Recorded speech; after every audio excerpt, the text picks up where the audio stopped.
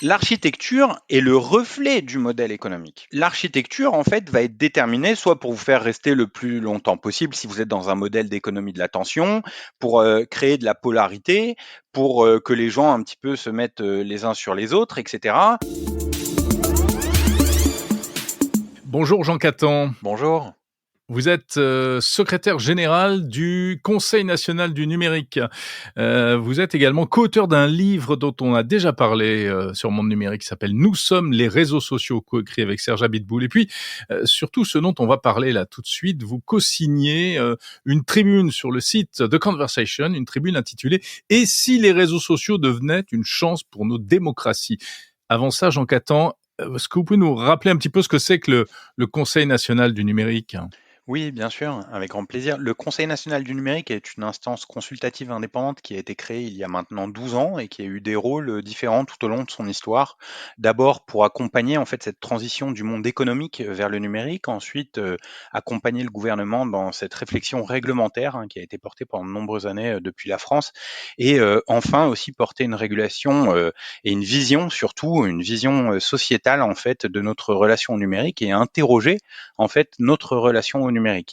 Après une période où en fait le numérique a été à la fois au cœur, le vecteur, l'objet de différents mouvements de contestation, de réflexion critique très importants, auxquels il faut apporter la plus grande des considérations, qui ont été traduits dans le débat public sur des questions comme la 5G, comme Stop Covid, Linky, etc., etc. Mmh. Alors, je reviens aux réseaux sociaux. Donc, cette tribune, alors que les réseaux sociaux sont souvent et de plus en plus considérés comme négatifs, hein, on voit beaucoup l'aspect toxique des réseaux sociaux. Ils sont quasiment diabolisés aujourd'hui. Vous défendez une vision un petit peu différente. Vous positivez en quelque sorte les réseaux sociaux. Ça veut dire quoi ? Il y a encore des bonnes choses à en tirer, selon vous, des réseaux sociaux ?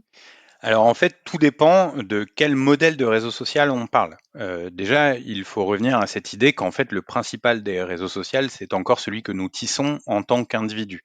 Et que c'est par-dessus ce réseau social-là que se greffent ensuite des services numériques de différentes formes. Mais ces services numériques peuvent répondre à différentes architectures et différents modèles économiques. Aujourd'hui, en effet, on fréquente, disons, une demi-douzaine de réseaux sociaux principaux que je pourrais appeler les tam-tam. C'est un peu l'acronyme que j'ai trouvé pour les désigner aujourd'hui, et je crois que ça coche un peu les 6 réseaux principaux qu'on utilise. Et Ouais, vous pensez à quoi en fait, X, c'est Facebook, en fait avec un peu de trafic sur les acronymes, c'est Twitter, Alphabet, Meta, voilà, et TikTok, puis j'en Instagram. oublie, voilà, etc., etc. Donc en fait, si vous voulez, ces réseaux sociaux, eux, ils répondent à une logique qui est celle de l'économie de l'attention, sur laquelle on a beaucoup travaillé au sein du Conseil national du numérique. On a publié un ouvrage dédié qui est accessible en ressources libres sur notre site. Et en fait, ces réseaux sociaux-là, en effet, sont porteurs de toute une série de toxicités, de risques sociétaux particulièrement importants. Mais ce qu'il faut bien voir, c'est qu'en fait, c'est le modèle architecturale de ces réseaux sociaux qui est essentiellement en cause. Ce n'est pas le Mmh. fait réseau social qui est en cause. Ouais. Alors avant qu'on rentre dans le détail, Jean Catan, pourquoi est-ce que vous dites qu'il y a aussi des bonnes choses? Vous avez des exemples à nous donner? Oui, alors déjà, les bonnes choses, elles arrivent un petit peu de partout. C'est-à-dire que, en fait, on se rend bien compte quand on est sur Reddit que, par exemple, l'ambiance dans un subreddit, donc c'est-à-dire un sous-channel de conversation, un salon de conversation dédié à tel ou tel thème, l'ambiance n'est pas du tout la même que sur Twitter X aujourd'hui. Parce qu'en fait, l'architecture de Reddit amène à avoir d'autres conversations. C'est-à-dire que l'on est sur une conversation thématique qui peut d'ailleurs être modérée par la communauté de manière quasiment exclusive et non pas de manière centralisée par le réseau social lui-même.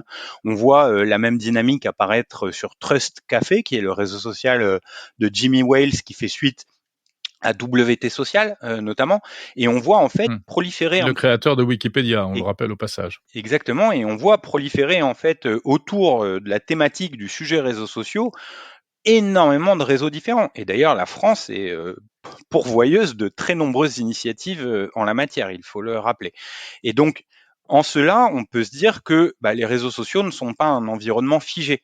On a l'impression aujourd'hui que cet environnement est complètement obstrué, et c'est le cas d'ailleurs. La lumière au bout du tunnel est complètement obstruée par ces énormes réseaux sociaux que l'on est un petit peu tenu aussi d'utiliser jour après jour quand on travaille dans tel ou tel domaine, etc. C'est devenu quasiment une exigence dont on ne peut pas se départir. Donc on a cette impression qu'on est complètement obstrué dans un environnement clos, et c'est le cas. Ces réseaux sociaux visent à nous encloisonner d'une certaine manière. Maintenant, il y a beaucoup d'autres opportunités qui peuvent se profiler.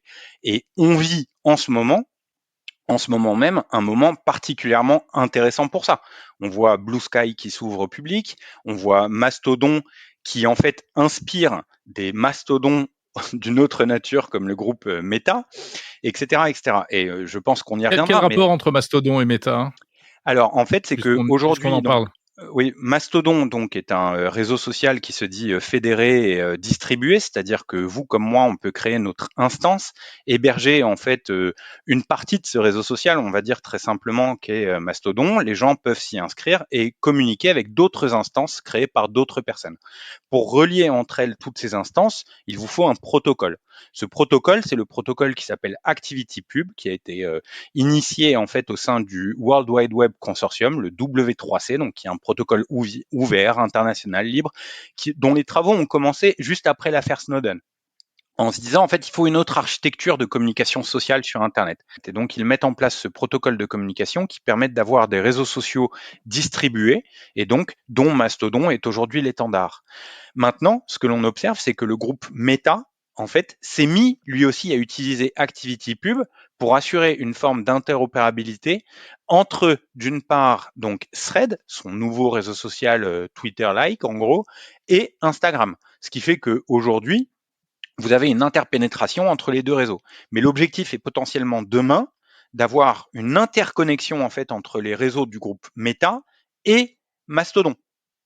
Et c'est d'ailleurs intéressant parce que quand aujourd'hui nous vivons vraiment une époque qui est assez intéressante, c'est vraiment aujourd'hui quasiment, puisque par exemple donc la newsletter Platformer, vous savez, a publié un entretien avec donc l'instigateur principal du réseau Mastodon, et lui témoigne en fait des discussions qu'il a avec les équipes du groupe Meta sur comment résoudre tel ou tel problème technique, etc.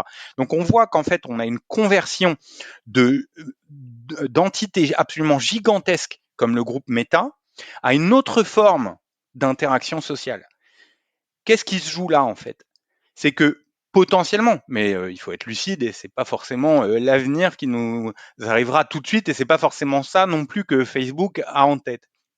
Mais que potentiellement le réseau social de demain n'est pas une plateforme, mais un protocole. Et ça, c'est l'idée qui est au cœur du projet Blue Sky, tel qu'il a été encore décrit très récemment, la semaine dernière, par Jay Graeber, donc la CEO de Blue Sky. C'est de dire en fait, le réseau social ne doit pas être une plateforme, mais un protocole. D'accord. Donc si on vous suit, alors selon vous, il y aurait les bons et les mauvais réseaux sociaux et en fait, tout dépend du fameux protocole. Donc c'est une histoire de technique au départ. C'est une histoire d'architecture. Il faut se souvenir combien est-ce que l'architecture est normative. Vous savez, on a souvent retenu cette phrase abstraite de Laurence Lessig, code is law, mais je pense qu'il faut aller au-delà de ça. Et Laurence Lessig lui-même invitait à penser l'architecture. L'architecture. Lui-même prend référence, en fait, dans son ouvrage Code, sur les rues parisiennes, en fait. Dit un boulevard haussmannien n'est pas forcément un boulevard dans lequel vous pouvez ériger des barricades, comme dans une petite rue. L'infrastructure est normative. Il faut le savoir, il faut le comprendre quand on parle de réseaux sociaux. Donc, en fait, l'infrastructure du réseau social, son architecture, va être normative. Elle va déterminer nos comportements, nos messages. On ne parle pas pareil sur LinkedIn qu'on ne parle sur Twitter. On ne parle pas pareil dans un sous-channel Reddit ou encore sur je sais pas moi, n'importe quel autre réseau social comme Facebook par exemple. Donc il Mmh. faut bien avoir ça en tête en fait quand on parle des réseaux sociaux. Et notre perspective aujourd'hui que l'on défend en fait, c'est d'influer sur l'architecture elle-même du réseau social. Il ne s'agit pas que d'agir sur la modération ou sur la recommandation, il s'agit d'agir sur l'architecture en elle-même du réseau. Mais parce que c'est l'architecture qui détermine le modèle économique, Donc c'est ça? l'architecture est le reflet du modèle économique. C'est-à-dire que l'architecture, en fait, va être déterminée soit pour vous faire rester le plus longtemps possible si vous êtes dans un modèle d'économie de l'attention, pour créer de la polarité, pour que les gens un petit peu se mettent les uns sur les autres, etc. Et en fait, ou sinon qu'ils glorifient leur personne, etc., etc. Donc, en fait, si vous voulez, l'architecture, c'est elle qui va finalement traduire concrètement dans notre main, littéralement, la décision économique qui fonde le réseau social. Jean Catan, franchement, OK, mais les gens, ils sont aujourd'hui sur Facebook, encore majoritairement, sur X, où ils s'étripent et ils se régalent. Je dis «ils», mais c'est plutôt «on». Sur Instagram, où on se regarde le nombril, sur TikTok, où on se vide le cerveau, je résume encore. Ils sont pas sur Reddit ou sur Blue Sky. Blue Sky, en plus, c'est intéressant parce que c'est le challenger potentiel de X, Twitter, qui est arrivé quasiment en même temps que Threads, la nouvelle plateforme de Meta, mais c'est Threads qui est en train de gagner la bataille pour l'instant. Donc, est-ce que c'est pas un peu utopique tout ça? Est-ce que c'est pas une bataille perdue d'avance? Alors, cette bataille-là, elle est peut-être perdue, je sais pas, je pense qu'elle vaut de toute manière le coup d'être menée parce qu'elle apporte de très nombreuses choses qui peuvent, en attendant d'autres perspectives sur lesquelles on va revenir, faire évoluer les plateformes dominantes que vous avez citées par exemple aujourd'hui. Déjà, l'exemple de Blue Sky, il est hyper important parce qu'il nous montre que l'utilisateur peut avoir le contrôle sur la recommandation algorithmique. Ça, c'est fondamental.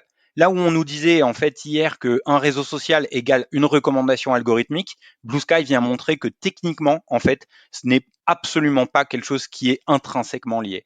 C'est-à-dire Oui, mais il y aujourd'hui, a peu d'utilisateurs sur Blue Sky. oui Ils d'accord, sont tous, par contre, sur Threads. Threads a connu une croissance phénoménale. Alors parce qu'il est adossé à Instagram, mais quand même. tout à fait, et c'est ça qui est intéressant, c'est de se dire en fait quand on va avoir cette conversation au niveau européen dans la mise en œuvre du règlement sur les services numériques, que l'on va devoir définir en fait les remèdes à appliquer à ces très grandes plateformes et que l'on va se pencher sur leur modèle, sur leur architecture et qu'on va en fait leur dire bah en fait vous le problème chez vous, c'est pas seulement la modération ou le fait que vous ayez que 80 modérateurs, c'est que vous recommandez des contenus toxiques en fait. Et peut-être que si vous laissiez, donnons-nous cette chance, la main à l'utilisateur, un petit peu de choisir ce qu'il voulait ou non voir. Si vous laissiez la main, par exemple, je ne sais pas, même à des entreprises qui proposent en fait de protéger les mineurs en ligne, j'en sais rien, des associations, des médias, le soin de proposer une recommandation alternative aux utilisateurs, bah, voyons ce que ça donne. Parce que techniquement, en fait, des cas comme Blue Sky et autres nous montrent que c'est tout à fait faisable. Alors, à ce moment-là, on rentrerait dans autre chose. On rentrerait dans une autre forme de conversation où on pourrait influer sur le modèle des plateformes en se servant des exemples qui existent par ailleurs. Parce qu'on ne peut pas nous dire non, ce n'est pas possible.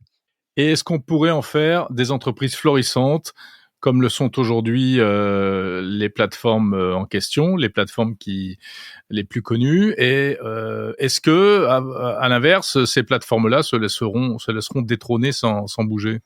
Alors, je pense qu'il y a en fait plein de modèles économiques à inventer. Et il est possible, maintenant que nous sommes à un âge assez avancé, disons encore, et il y a encore beaucoup de choses à faire, mais dans le domaine des IA génératives, etc., on y reviendra. Je pense qu'il y a beaucoup d'innovations à déployer sur le terrain économique. C'est-à-dire que si par exemple aujourd'hui vous pensez, par exemple, l'écosystème applicatif de Mastodon. Mastodon, donc on en a parlé tout à l'heure, c'est un réseau ouvert, libre, etc. Donc qui a une interface, une API, hein, qui est ouverte et libre. Ça veut dire que n'importe qui en fait peut créer une application qui va permettre à n'importe quel utilisateur d'utiliser Mastodon comme il l'entend un petit peu, selon le design qu'il souhaite, avec des fonctionnalités autres, etc., etc. Eh bien, parmi ces applications, il y a des applications payantes et il y a des applications gratuites. Ça veut dire qu'en fait, aujourd'hui, il y a des marchés qui n'existent pas et qui sont potentiellement à créer pour permettre une innovation qui viendra d'ailleurs et qui peut se monétiser peut-être. Donc peut-être qu'il y a là quelque chose à jouer. Je pense qu'il y a au moins cette chance que l'on a de pouvoir essayer de proposer d'autres choses. Maintenant, voilà, j'ai pas la martingale et je pense que beaucoup de choses, en effet, vont se jouer dans le moyen terme, dans ce rapport de force avec les très grandes plateformes. Tout va se jouer, en effet, dans le moyen terme sur notre négociation avec ces plateformes, notre discussion sur quels remèdes ces plateformes doivent appliquer ou pas dans les années à venir. Est-ce que ça passe aussi par la réglementation? On voit que l'Europe, collectionne les couches réglementaires. Est-ce que la prochaine étape, est-ce que vous souhaitez, vous, Conseil national du numérique, que, l'Europe se saisisse de cette question et impose peut-être, de nouveaux, types de protocoles aux réseaux sociaux? Alors, le cadre actuel, donc, qui est celui notamment du règlement sur les services numériques et celui sur les marchés Ouais. numériques, permet, si on en a une lecture assez, voilà, disons, mobilisatrice, d'aller jusqu'à des remèdes qui sont particulièrement structurels, d'agir sur les interfaces, d'agir sur la façon dont la recommandation est proposée à l'utilisateur. Ça, en lisant la lettre des textes, nous n'aurions aucun problème à l'envisager. Maintenant, il faut que la Commission se sente d'aller sur ce terrain-là, et c'est là où il y a une mobilisation en fait de la collectivité, disons, pour que cette régulation soit déjà le plus démocratique possible, qu'elle soit à l'écoute des propositions de la société civile, et qu'ensuite il y ait une vraie discussion sur ces sujets avec les plateformes. Parce que je ne suis pas sûr que d'agir sur la modération suffise à ce jour.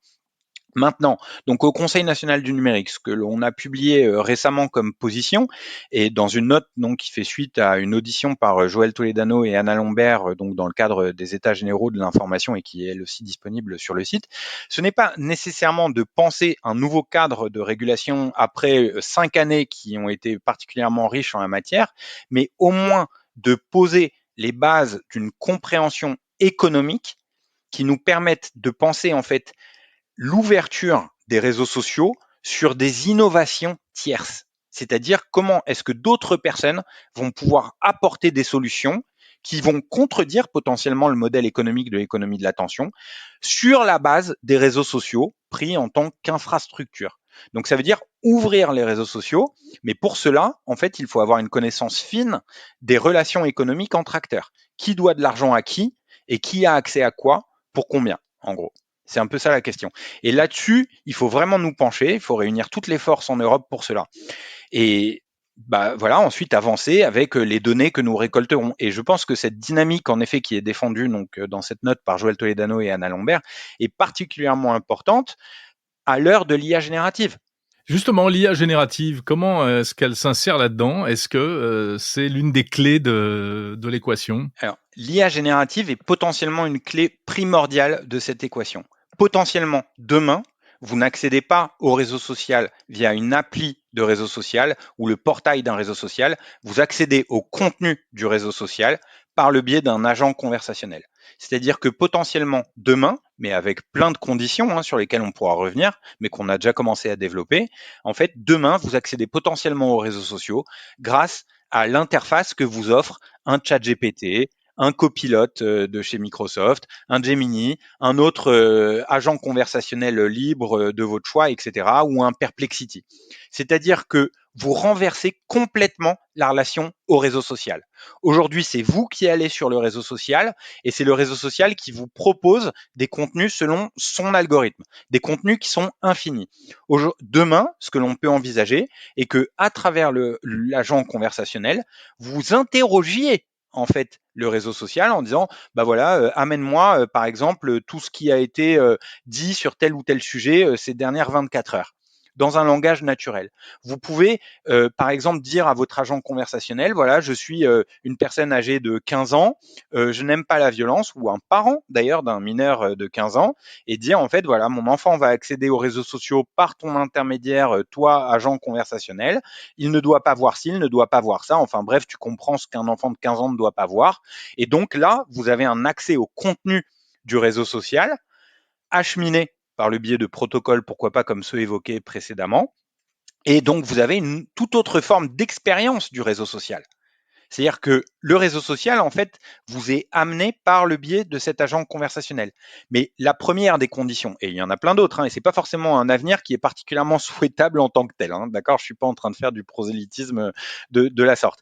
Mais potentiellement, en fait, ce qui se passe, c'est que vous avez des agents conversationnels comme celui de Perplexity qui se branchent à des réseaux sociaux comme YouTube et Reddit, d'accord, et qui prennent le contenu de YouTube et Reddit pour en faire des sortes de digest, des résumés, des synthèses, ce que vous voulez, ou même reprendre le contenu tel quel, et vous l'amènent selon vos demandes, d'accord. Ça veut dire que c'est une toute autre expérience du réseau social. Ça, il faut bien l'envisager en fait. Oui, mais si vous comment dire? Quel serait le modèle économique de YouTube, du coup, dans l'histoire? Alors, YouTube peut soit faire payer en fait des personnes comme Perplexity pour accéder à son contenu via une API. Donc, comme aujourd'hui, il fait payer son accès à plein d'entreprises, etc., par le biais d'une API payante, ce qui induit donc de répercuter les coûts sur l'utilisateur. Mais il est aussi intéressant de prendre en compte, et ça pose plein d'autres problèmes, hein. Je suis pas en train de dire que c'est une solution à tous les problèmes qu'on a, hein. C'est peut-être potentiellement d'autres problèmes. Mais il faut bien se rendre compte que le marché des agents conversationnels est potentiellement bien plus un marché payant que ne l'est celui des réseaux sociaux. Et d'ailleurs, vous voyez des stratégies commerciales qui sont malheureuses, hein, mais enfin voilà, qu'on peut discuter, etc. C'est par exemple Elon Musk qui groupe son abonnement premium à son agent conversationnel. Aujourd'hui, si vous payez votre abonnement à Perplexity, en fait, vous avez un accès aujourd'hui dédié à du contenu YouTube ou Reddit. C'est-à-dire que Mmh. Perplexity vous propose d'amalgamer des contenus en direct, hein, pas des contenus historiques d'entraînement, des contenus en direct qui viennent de YouTube ou Reddit.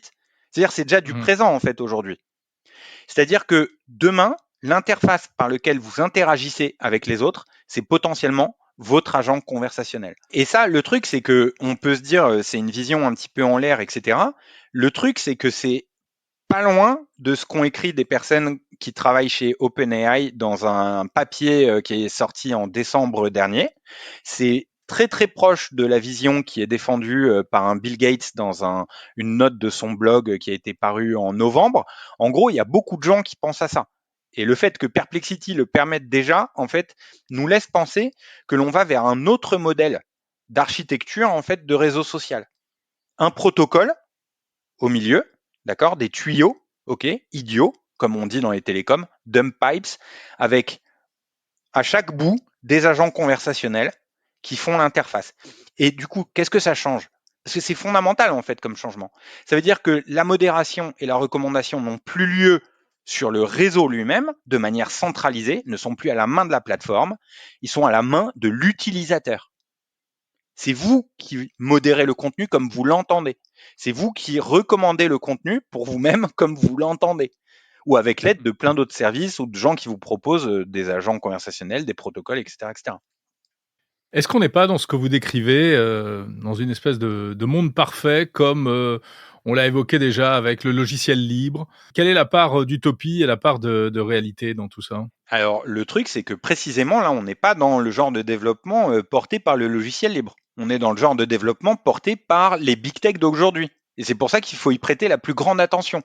Parce que si on n'y prête pas attention, en fait, c'est la domination que l'on connaît aujourd'hui que l'on va connaître au carré. Il y a Arnaud Ponce là récemment donc de la Digital New Deal Foundation qui disait en fait on a cru que ça allait être le Web 3 hein, l'avenir en fait c'est le Web 2 au carré avec tous les problèmes au carré que ça va poser en fait. Donc non, je suis pas du tout dans un discours utopiste de bisounours où en fait les IA génératives etc vont nous sauver. Non non, ce qui est en train de se tisser là, c'est potentiellement une domination au carré de ce qu'on connaît aujourd'hui avec une marge de manœuvre plus grande entre les mains de l'utilisateur mais aussi un contrôle encore plus développé potentiellement de l'agent conversationnel lui-même. Et donc c'est pour cela que nous avons besoin d'un cadre qui nous assure l'ouverture de bout en bout, c'est-à-dire l'ouverture dans le partage des ressources auxquelles ces agents conversationnels ont accès, l'ouverture dans les protocoles qui nous permettent d'échanger entre nous, l'ouverture dans les modèles qui génèrent du langage et de la synthèse, l'ouverture dans les applications que l'on utilise. Donc non, c'est pas du tout quelque chose qui pourrait arriver comme ça par enchantement. Non, non, c'est un véritable combat face à des entités qui sont aujourd'hui les entités les plus puissantes que la Terre n'ait jamais portées d'un point de vue économique et qui potentiellement demain le seront encore plus. Donc non, ce à quoi j'appelle c'est un combat, c'est pas à attendre qu'il y ait une solution divine qui nous tombe sur la tête. Merci beaucoup, Jean Catan, secrétaire général du Conseil national du numérique. Et puis on renvoie donc, alors d'une part à cette tribune sur le site The Conversation, hein, et si les réseaux sociaux devenaient une chance pour nos démocraties, et puis également à la note dont vous parliez sur le site du CNN qui s'intitule Cultiver la richesse des réseaux, et les liens sont à retrouver dans la description de cet épisode. Merci beaucoup, Jean Catan. Merci infiniment.